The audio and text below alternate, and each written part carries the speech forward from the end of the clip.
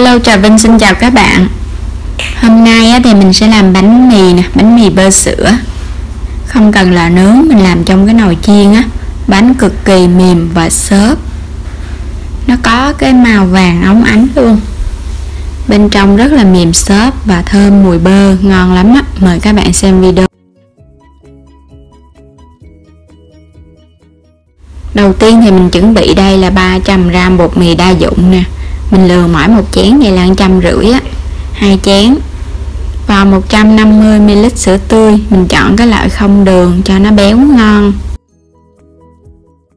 3 muỗng canh dung đường, chút xíu muối, một cái trứng gà lớn. Và đây là men, mình dùng muỗng cà phê dung. Đây, men cái loại này các bạn tìm mua trong những tiệm tạp hóa lớn ở chợ. Và bơ. Rồi bây giờ đập cái trứng gà mình cho vô trong cái thau nè. Trộn sơ cho trứng nó tan ha, không cần phải đánh. Mình chỉ cần cho nó tan đều là được à. Tiếp theo thì mình sẽ cho hết sữa tươi vô. Cho muối vô luôn nè. Sữa tươi sẽ giúp cho bột nó thơm và nó nhanh nở nữa đó.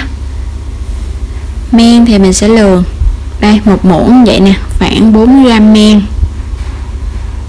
Rồi mình sẽ trộn đều lên ha, cho men nó hòa chung với đường.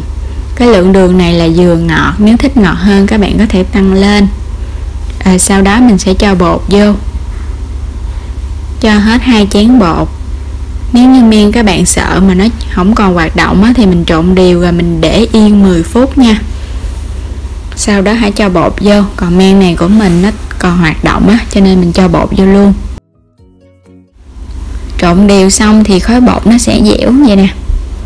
Bây giờ mình sẽ cho vào đây 1 muỗng canh dầu ăn.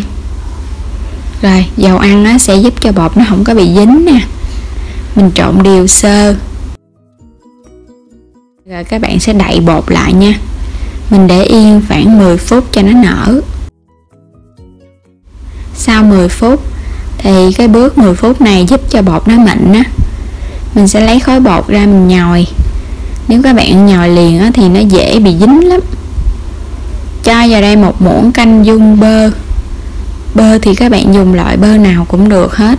Bơ nó sẽ thơm cho cái bánh mì hơn. Rồi mình sẽ gập bơ lại. Cho vô vậy nè, cái mình nhồi luôn. Mới á, thì bột nó sẽ bị dính á. Bơ nó chảy ra. Mình nhồi và mình gập bột lại, cái bạn đập nó xuống vậy nè, cho bột nó nhanh mịn. Mình nhồi một hồi bắt đầu khối bột nó mịn vậy nè. Các bạn sẽ lấy cái khối bột lên. Bột nó sẽ mịn và nó hơi mềm mềm tay nha, không có còn dính tay nữa. Cho trở lại cái thau. Quét sơ một lớp dầu ăn. Rồi các bạn để yên vậy ha, quét dầu ăn cho nó đừng có bị dính á. Rồi mình sẽ đậy kín lại. Lần này thì mình sẽ ủ. Mình ủ tiếp khoảng 20 phút nha. Sau 20 phút thì bột bắt đầu nó cũng hơi nở rồi nè, nhưng mà nó chưa có nở nhiều đâu. Mình sẽ lấy bột ra. Đó, bắt đầu nó hơi nở rồi đó. Mình ủ như vậy á các bạn, để cho bột của mình nó mịn đó. Rất là mịn luôn nè, và nó láng nữa. Phủ một chút xíu bột khô. Rồi mình cho khối bột ra. Bánh mì á, thì nó hơi cực hơn so với bánh bao một chút, nhưng mà mình làm vậy á, bột nó nở ngon. Bây giờ sẽ chia bột nha. Với khối bột này thì mình sẽ chia làm 8 bánh. Chia đôi xong rồi các bạn chia nó lại vậy á, thì nó nhanh và nó đều hơn. Rồi chia 8 bánh. Các bạn phủ chút xíu bột khô. Xong rồi cái mình gập bột từ ngoài vô trong. Gập bột cho kỹ á, thì cái bề mặt ngoài của bánh nó sẽ láng. Rồi mình sẽ vo hơi tròn lại cho cái bánh nó định hình đẹp. Mình sẽ lót ở dưới đây là miếng giấy nến để chống dính cho bánh. Các bạn cũng có thể dùng giấy trắng, giấy A4 cũng được nha. Rồi để sang một bên. Tiếp theo cục bột thứ hai các bạn cũng làm tương tự. Mình gập xong rồi cái mình vo cho nó hơi tròn để cho nó láng.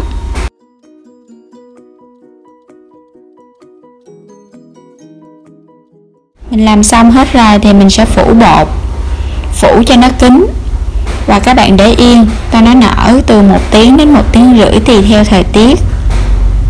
Sau khi mà thấy cái bột nó nở lên gấp đôi vậy nè, và cái bột nó căng phình, thì cái bánh nó đã đạt nha. Thời tiết của mình hơi nóng nên mình ủ 1 tiếng.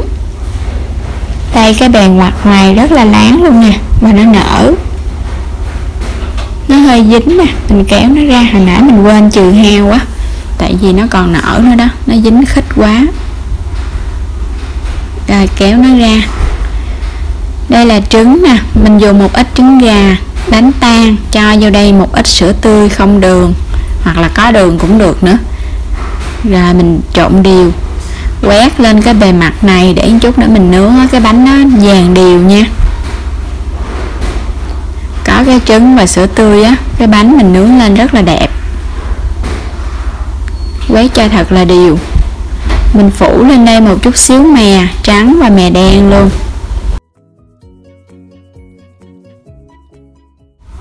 Rồi vậy là xong rồi, bắt đầu đi nướng bánh. Mình sẽ dùng cái nồi chiên, các bạn có thể dùng lò nướng cũng được nha. Mình cho vô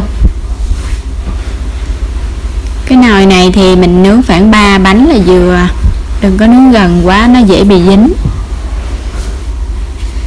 Nướng vậy thì nó tiện hơn á. Các bạn sẽ nướng 10 phút 170 đến 175 độ. Sau khi đủ thời gian, mình sẽ lấy bánh ra.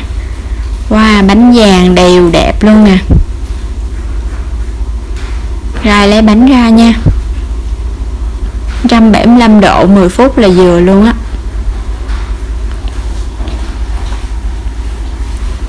Rồi lấy bánh ra hết luôn.